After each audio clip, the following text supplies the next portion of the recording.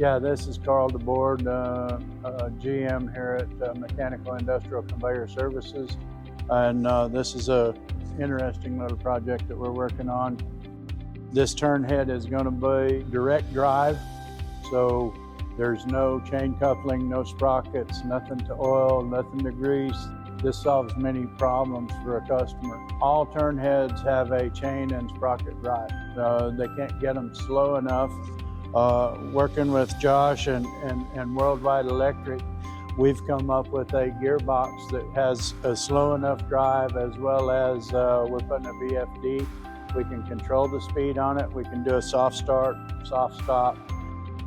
This motor and gearbox, I know it's going to go more than 10 years. I know it is. The only thing that's going to happen to this is rust and corrosion, and that's going to take a long time. They're very well coated, very good product, but our goal is for it to last a full 10 years without any maintenance whatsoever, other than maybe greasing the bearings just a little bit.